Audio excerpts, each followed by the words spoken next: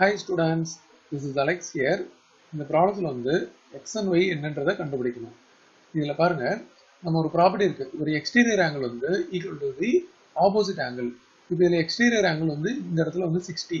But இந்த exterior angle வந்து எதுக்கு ஈக்குவலாக இருக்கும் அப்படின்னு பார்த்தீங்கன்னா இந்த ஆப்போசிட் ஆங்கிள். இந்த ஆப்போசிட் ஆங்கிள்ன்றது இது மொத்தமாக. ஸோ நம்ம வந்து இந்த x plus 30 அப்படின்றத equal to 60 அப்படின்னு எடுத்துக்கலாம். ஸோ நம்ம யூஸ் பண்ண ப்ராப்பர்ட்டி பார்த்தீங்கன்னா one side of cyclic order வந்து ப்ரொடியூஸ் பண்ணால் அப்போ அதுக்கு எக்ஸ்டீரியர் ஆங்கிள் வந்து equal to interior opposite angle. இப்போ இதில் இருந்து நம்ம எக்ஸோட வேல்யூவை கண்டுபிடிச்சிடலாம். So x is equal to 60 minus 30 அப்படின்னு வந்துடும். அப்போ எக்ஸோட வேல்யூ 30 டிகிரி.